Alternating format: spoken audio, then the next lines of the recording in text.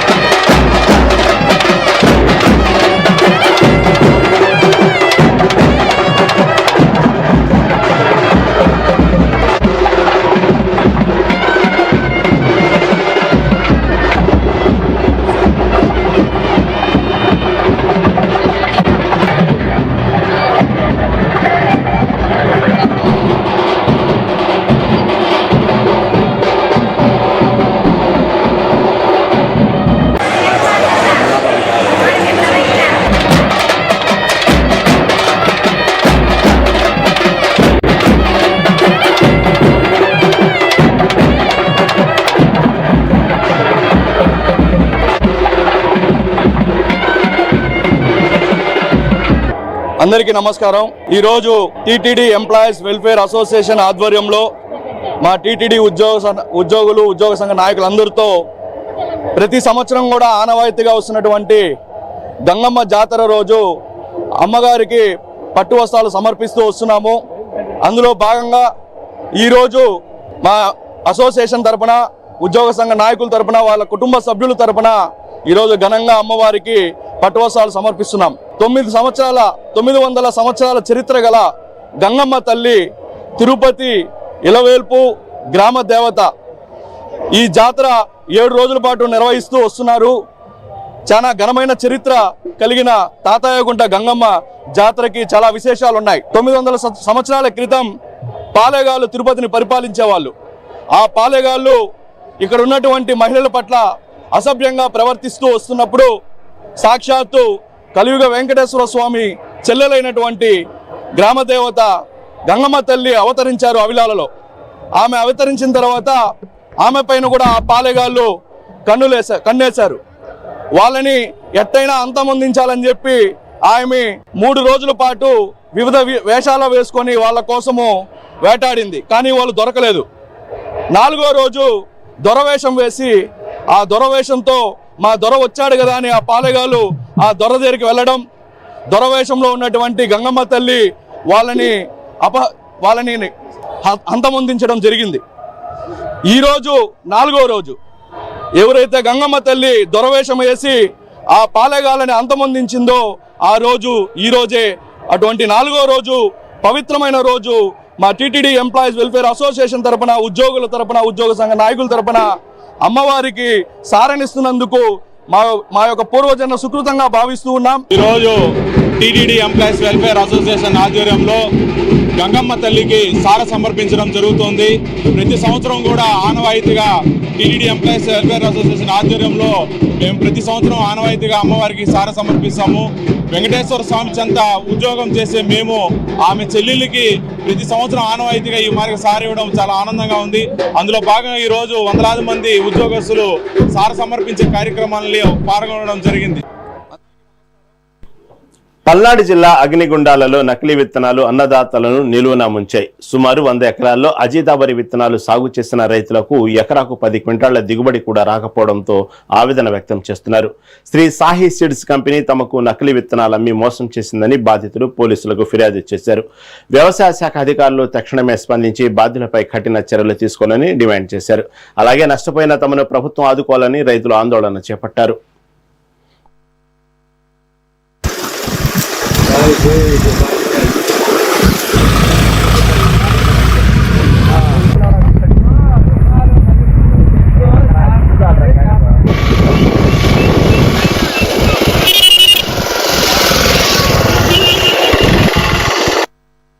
నమస్తే అండి, నా పేరు అనిల్ కారణం. మా నాన్నగారి పేరు వచ్చేసరికి రామకోటయ్య కారణం. మా అగ్నిగుండాల గ్రామం. నేను వచ్చేసరికి ఈ దాలో పంట వచ్చేసరికి ఒక 7 ఎకరాలు వరి వేసాను. అందులో దిగుబడి బాగా రాలేదు. ఒక కొట్టు అతను ఏం చెప్తున్నాడంటే మేము విత్తనాలకు వెళ్ళినప్పుడు దిగుబడి బాగా వస్తుంది, 40 నుంచి 45 బస్తాలు వస్తుంది, నేను గ్యారంటీ అని చెప్పి ఇచ్చాడండి. తీరా చూస్తే పంట బాగానే ఉంది. వచ్చిందాక కోతకు వచ్చేసరికి 25 బస్తాలు 20 బస్తాలు దిగుబడి వచ్చేసింది. అదే అంటే అధికారి కాడికి వెళ్తే అధికారులు కొట్టతను కుమ్మక్కయ్యి రైతులు మొత్తం మాట్లాడతాం చేస్తామంటున్నారు. ఇది గత 15 రోజుల నుంచి జరుగుతుంది. ఎలాంటి రెస్పాన్స్ లేదు. ఇప్పుడు మేము వచ్చి కంప్లైంట్ స్టేషన్ లో ఇస్తే మళ్ళీ అధికారులు కూడా ఎంక్వైరీ చేస్తాము, ఎంక్వైరీ చేసి చెప్తామంటున్నారు. అది ఎంతవరకు నమ్మాలైతే నిజమైతే తెలియదు. మాకు న్యాయం చేస్తారన్నది కూడా డౌట్ గానే ఉంది. ఎస్ఐ గారు పిలిపించి వాళ్ళ దగ్గర మీరు ఎన్ని ఎకరాలు వేశారు, ఎంత దిగుబడి వచ్చింది అని చెప్పి మొత్తాన్ని ఎంక్వైరీ చేశారు, రాసుకున్నారు ప్రతి ఒక్కటి. నిన్నటిదాకా ఆ విత్తనాల కొట్టు అతను ఏవో గారు మరి విత్తనాలు ఇచ్చిన అతను పక్కన ఊర్లలో అన్ని ఎకరాలకి దిగుబడి వచ్చింది, ఇన్ని ఎకరాలకు దిగుబడి వచ్చింది, మీకు ఎందుకు రాలేదని చెప్పి మాట్లాడిన వాళ్ళు ఇప్పుడు ఎస్ఐ గారి ముందు మీ నిజాలు చెప్పమని చెప్తే ప్రతి రైతుని ఎంక్వైరీ చేసి వాళ్ళ దగ్గర ఎన్నైతే విత్తనాలు తీసుకున్నారో, ఎంతైతే పొలం వేసినారో అంత పొలానికి ఎంత దిగుబడి వచ్చిందో అని చెప్పి మొత్తం ఎంక్వైరీ చేసి మా హిస్టరీ మొత్తం తీసుకున్నారు ఎస్ఐ గారు.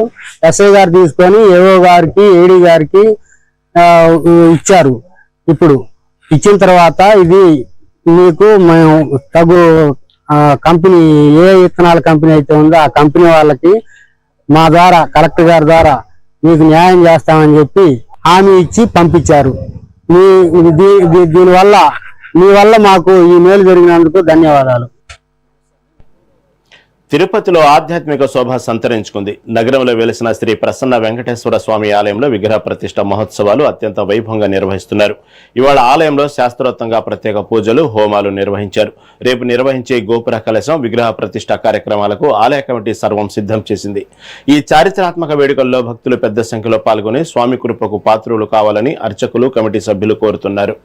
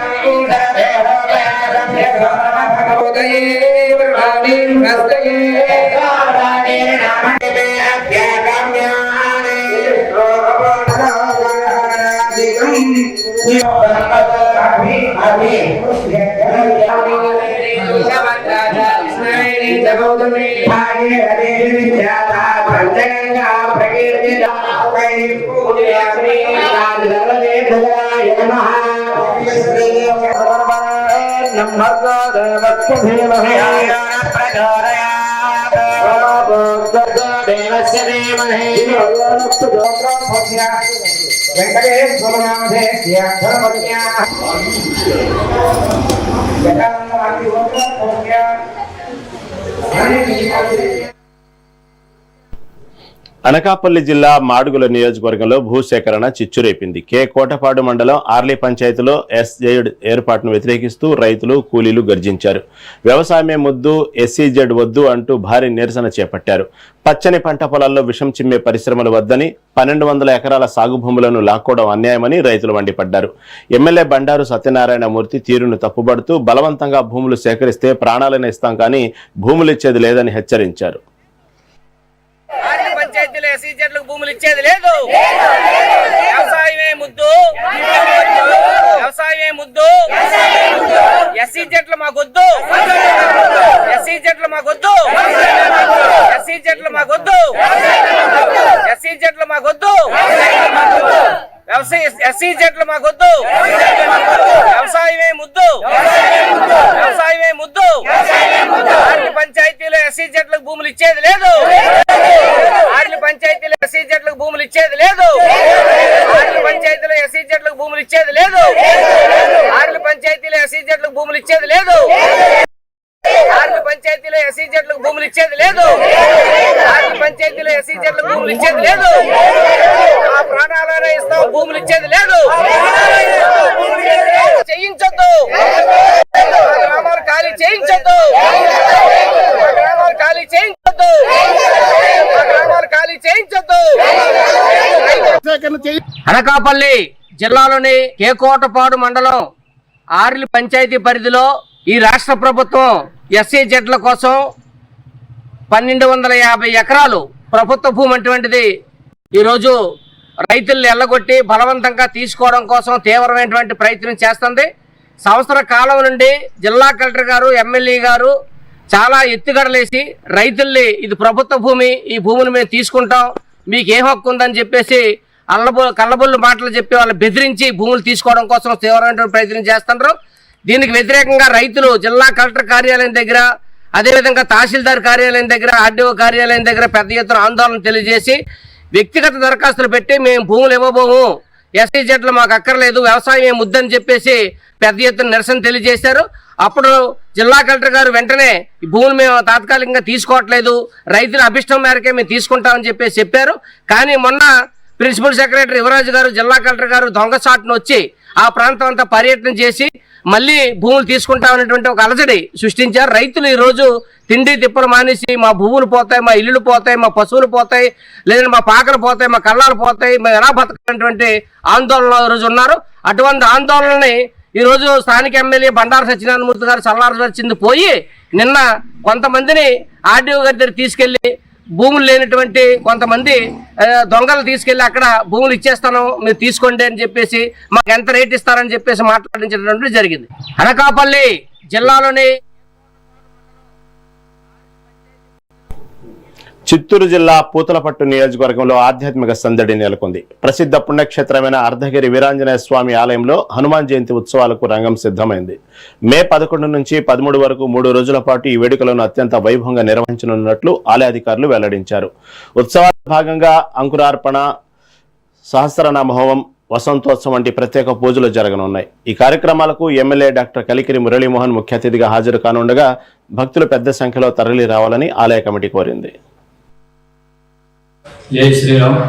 11, 12, 13వ తారీఖు హనుమాన్ జయంతి ఉత్సవాలు జరుగుతున్న కారణంగా మనం 11వ తారీఖు అంకురార్పణ, 12వ తారీఖు మనం అభిషేకం అయిన తర్వాత హోమం జరుగుతుంది మన టెంపుల్ దగ్గర. 13వ తారీఖు నుంచి వసంతోత్సవం జరుగుతుంది. ఈ భక్తులందరూ ఇక్కడికి వచ్చేసి మనకు అపూర్వ జనసందోహంతో భక్తి శ్రద్ధలతో మనకు ఈ హనుమాన్ జయంతి ఉత్సవాలని విజయోత్సవం చేయాలని కోరుకుంటున్నాను. రెండవది, మన పత్రికా విలేకరులు అందరూ కలిసి మన ఈ టెంపుల్ని, ఈ ఎదుగుదలని ఎంతో దూరం తీసుకోవాల్సిన బాధ్యత మీపై ఉంది. మేము ఎంత కష్టపడినా బయట తెలియదు కాబట్టి మీరందరూ కలిసి మాకు సహాయం చేసి ఈ టెంపుల్ని మా వృద్ధికి తీసుకురావాల్సిందిగా మేము కోరుకుంటున్నాము. రెండవది, మన ప్రాకారోత్సవానికి గాను మన అపోలో చైర్మన్ 2-3 సార్లు ఇక్కడికి వచ్చి ఉన్నారు, 2-3 పర్యాయాలు. మేము రిక్వెస్ట్గా మేము అడిగి ఇంతకుముందు స్లాబ్ వేస్తున్నారు రేగులతో, రెండవది రేకుల షెడ్ వేసినారు. 2 సార్లు వచ్చిన తర్వాత మేము ఇక్కడ వర్షానికి చిన్నపిల్లలు పెద్దవాళ్ళు అందరూ పడిపోతున్నారు. అందువల్ల రిక్వెస్ట్గా అడగడం జరిగింది. ఆయన ఏం చెప్పినారంటే, చూస్తాం మీరు ఏదైనా సగం ఇవ్వండి, సగం మేము వేస్తామని చెప్తారు. కానీ మేము ఇక్కడ ఉండే వచ్చే ఆదాయం జీతాలకు డెవలప్మెంట్ చాలేదు సార్ మేము అడిగితే ఆయన సరే సైలెంట్గా వెళ్ళిపోయాడు. 2వ రోజు ఫోన్ చేసి రమ్మని చైర్మన్ గారిని, మన యువ గారిని ఇద్దరిని రమ్మని అక్కడికి మమ్మల్ని పిలిపించి మాకు తప్పకుండా మీకు చేయిస్తామనేసి అవకాశం ఇచ్చినారు వాళ్ళు. జై శ్రీరామ్. పశ్చిమ గోదావరి జిల్లా ఉత్తరపాలెంలో అమానవీయ ఘటన వెలుగు చూసింది. ఎస్సీ యువతిని వివాహం చేసుకున్నాడన్న నెపంతో ఒక కుటుంబాన్ని గ్రామకుల పెద్దలు సామాజికంగా బహిష్కరించారు. మాలపిల్లను గ్రామంలోకి రానివ్వం అంటూ హుకుం జారీ చేయడమే కాకుండా పెళ్లికి వెళ్లిన వారికి జరిమానాలు విధిస్తామని హెచ్చరించారు. ఆలయ పూజలకు అడ్డు తగలడం, చెరువు వేటలో వాటా నిలిపివేయడం వంటి ఆంక్షలతో ఆ కుటుంబాన్ని వేరు పెట్టారు. పోలీసులు రంగప్రవేశం చేసినా కుల పెద్దల తీరు మారలేదని బాధితులు, కేవీపీఎస్ నేతలు ఆవేదన వ్యక్తం చేస్తున్నారు. బాబు, కేవీపీఎస్ జిల్లా ప్రధాన కార్యదర్శి.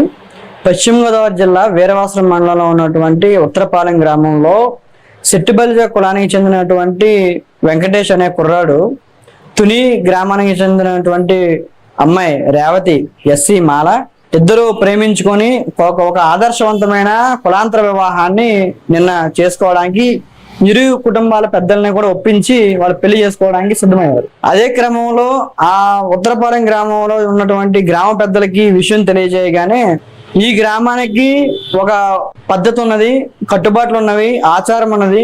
ఎవరినైనా పెళ్లి చేసుకోవచ్చు, కానీ ఎస్సీ కులానికి చెందిన వారిని మాత్రం కోడలుగానో అల్లులుగానో తెచ్చుకోవడానికి మేము వ్యతిరేకం. మీరు చేసుకుంటే గనక ఇక్కడ నివసించడానికి వీల్లేదు, మీరు ఊరు బయట ఇల్లు తీసుకొని మీరు ఊరికి చివరిగానే ఉండాలి అని చెప్పేసి ఒక అమానుషమైనటువంటి వైఖరిని అక్కడ ఉన్న పెద్దలు ప్రకటించారు. ప్రకటించడమే కాదు, మేము మా ఇష్టపూర్వకంగా లేకుండా మీరు బలవంతంగా ఈ కులాంతర వివాహాన్ని చేసుకుంటే ఈ పెళ్లికి ఎవరో రాము, ఎవరో వెళ్ళడానికి వీల్లేదని చెప్పేసి హుకుం కూడా ఆ పెద్దలు జారీ చేయడం జరిగింది. దానికి ఫలితంగానే నిన్న రాత్రి 11:30 గంటలకి పెళ్లి ముహూర్తం అయితే ఆ పెళ్లిని ఉత్తరపాలెంలో కాదు నవడూరులో చేసుకోమంటే నవడూరు పద్దలమ్మ గుడిలో పెళ్లి జరిగింది. ఆ వివాహానికి ఉత్తరపాలెం గ్రామం నుంచి ఒక్క గ్రామస్తులు కూడా రాలేదు. ఇది అత్యంత కులవివక్షపూరితం, అంటరానితనం, అక్కడ ఉన్న పెద్దలు పాటించినటువంటి కుల వివక్ష అని చెప్పేసి మేము భావిస్తా ఉన్నాం. నా పేరు కె క్రాంతిబాబు. తిరుపతి తాతయ్యగుంట గంగమ్మ జాతర అత్యంత వైభవంగా కొనసాగుతుంది. ఉత్సవాల్లో భాగంగా 5వ రోజున భక్తులు పెద్ద సంఖ్యలో దొరవేషం ధరించి ఆలయానికి చేరుకుంటున్నారు. ఇక అమ్మవారికి నిర్వహించిన ప్రత్యేక అలంకరణ భక్తులను విశేషంగా ఆకట్టుకుంది. భక్తి శ్రద్ధలతో గంగమ్మ తల్లిని దర్శించుకుని భక్తులు మొక్కులు చెల్లించుకుంటున్నారు. నగరం మొత్తం జాతర కోలాహలంతో ఆధ్యాత్మిక శోభను సంతరించుకుంది. భక్తుల రద్దీ దృష్ట్యా అధికారులు ప్రత్యేక ఏర్పాట్లు చేశారు.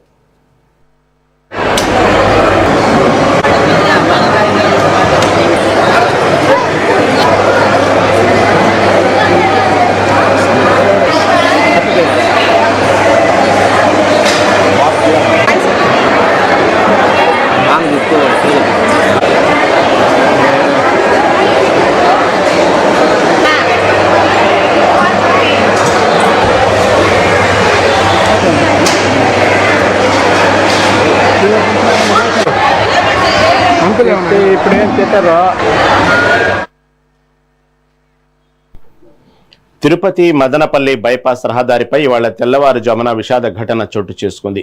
చిన్నగట్టిగొల్ల మండల కేంద్ర సమీపంలో రోడ్డు దాటుతున్న ఒక దుప్పిని గుర్తు తెలియని వాహనం బలంగా ఢీకొట్టింది. ఈ ప్రమాదంలో దుప్పి అక్కడికక్కడే ప్రాణాలు కోల్పోయింది. స్థానిక రైతులు అందించిన సమాచారంతో అటవీశాఖ అధికారులు ఘటనా స్థలానికి చేరుకుని మృతదేహాన్ని స్వాధీనం చేసుకున్నారు. మూగజీవి మృతికి కారణమైన వాహనాన్ని గుర్తించేందుకు అధికారులు విచారణ చేపట్టారు.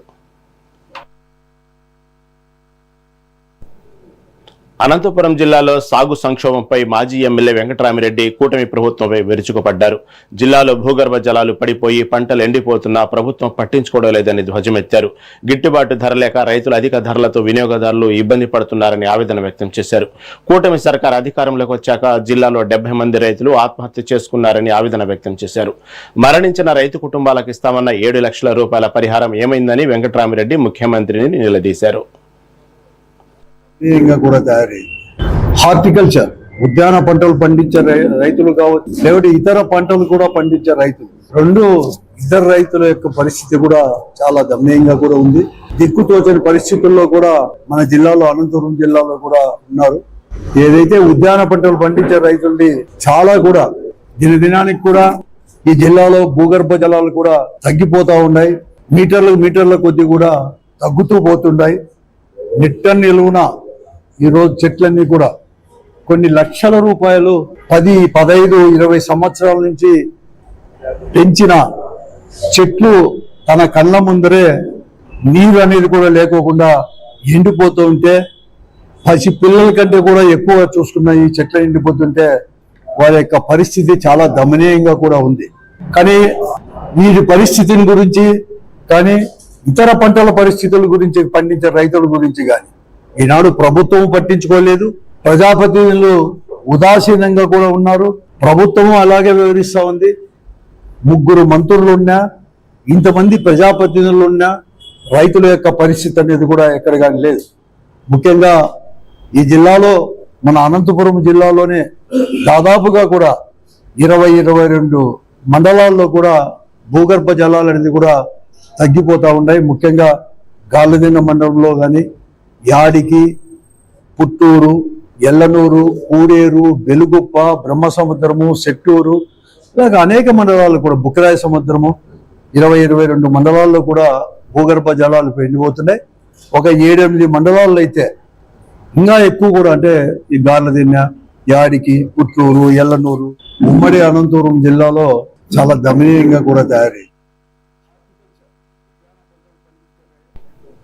తూర్పుగోదావరి, Rajahmundry, Polavaram project diaphragm wall భద్రతపై నీళ్లు కమ్ముకున్నాయి. నిర్మాణంలో నాణ్యత లోపాలు ఉన్నాయంటూ centre for liberty chairman AB Venkateswararao, అధ్యక్షుడు నల్లమోతు చక్రవర్తి రాజమండ్రిలో పీపీఏ అధికారులను కలిసి ఫిర్యాదు చేశారు. గతంలో డయాఫ్రమ్ వాల్ కొట్టుకోపోవడాన్ని గుర్తు చేస్తూ లీకేజీలపై తమ వద్ద ఉన్న ఆధారాలను సమర్పించారు. కాళేశ్వరం ప్రాజెక్టు తరహాలో ముప్పు రాకుండా ఉండాలంటే నేషనల్ డ్యామ్ సేఫ్టీ అథారిటీతో తక్షణమే అధ్యయనం చేయాలని డిమాండ్ చేశారు. హడావుడిగా ప్రాజెక్టును పూర్తి చేస్తే ప్రజల ప్రాణాలకు, ప్రజాధనానికి నష్టం వాటిల్లుతుందని వారు హెచ్చరించారు.